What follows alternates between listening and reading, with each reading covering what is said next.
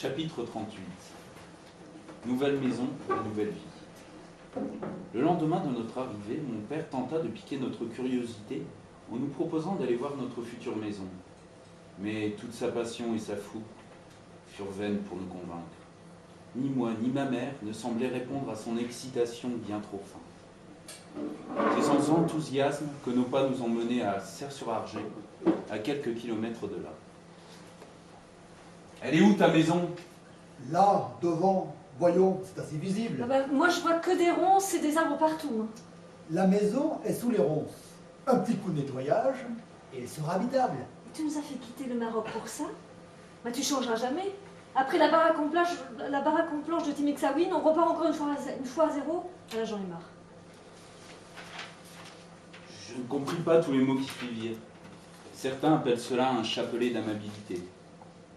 Sitôt sa poésie terminée, ma mère s'engouffra dans la voiture, suivie de son fiston qui lui aussi, comme un grand, voulait étaler toute sa désapprobation, les bras croisés et la mine grise.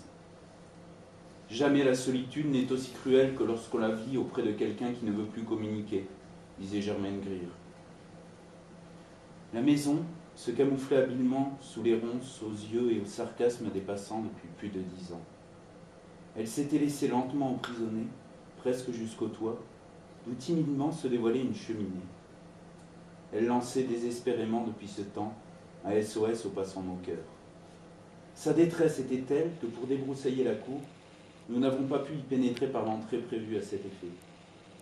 Dès le lendemain, c'est depuis chez le voisin que nous avons entamé le travail de reconquête de cette maison oubliée de tous. C'était une bâtisse d'un étage.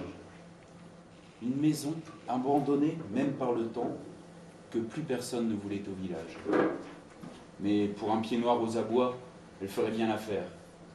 Il n'y avait pas le choix, alors il prendrait ce qu'il trouverait, le pied noir. Bien plus tard, nous apprendrions que le prix exorbitant qu'avait dû débourser mon père pour l'acheter avait été calculé spécialement pour un pied noir sans doute plein aux as. Ils l'ont regretté, m'ont-ils dit un jour, et bien plus tard. Au moins 10 ans plus tard. Le temps de passer du sobriquet méfiant de pieds noirs rapatriés, parfois même d'arabes, à celui de Maurice, Patrick, Claude ou Marie-Louise. Quand tu n'as pas le choix, le commerce se fait sur ton dos. Mais moi je sais que lui n'aurait jamais accepté de profiter d'une telle situation pour s'enrichir et bénéficier du malheur des autres. Il était bien trop épris de justice et d'humanisme pour afficher un seul instant une telle attitude. Mais voilà, nous étions en France et il fallait bien s'adapter. S'adapter, s'adapter. Notre maître mot à tous, sauf à ma mère. C'est la France qui s'adapterait à elle, sinon, tant pis.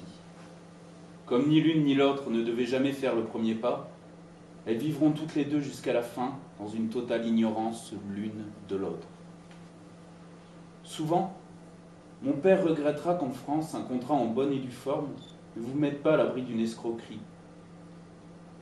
Il en souffrit, il en sera même victime. Au Maroc, la parole d'un berbère vaut tous les contrats de tous les meilleurs avocats du monde. Ici, celui qui ne tenait pas sa parole ne méritait pas le titre d'homme, et sa famille vivait dans la honte de sa forfaiture. Il en fut ainsi pour tous les pommiers plantés dans la vallée d'Aïtayash. J'espérais avec les chefs du village qu'ils allaient apporter, non pas la richesse, mais un peu de bonheur et améliorer le maigre quotidien des gens. J'en vais engager mon nom, ma réputation, et eux, leur peuple. Ils croyaient en mes mots, en mon enthousiasme pour ce projet fabuleux.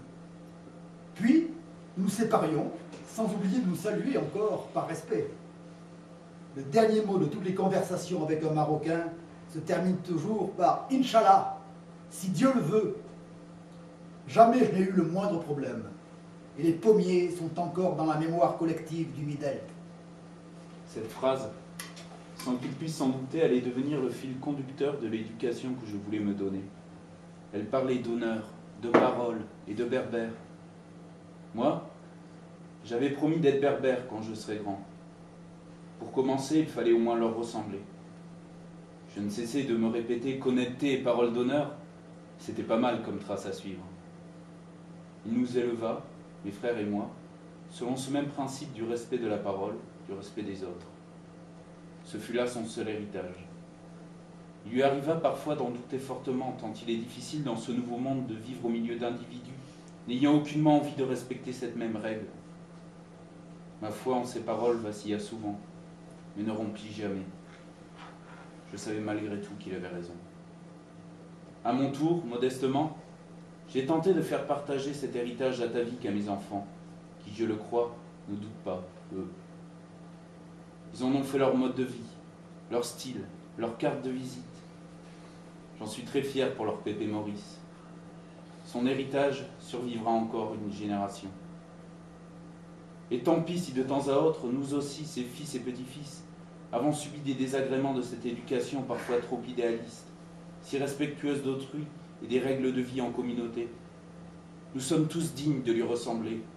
En cela, nous sommes des fils de Berbère, et pas peu fiers de l'être.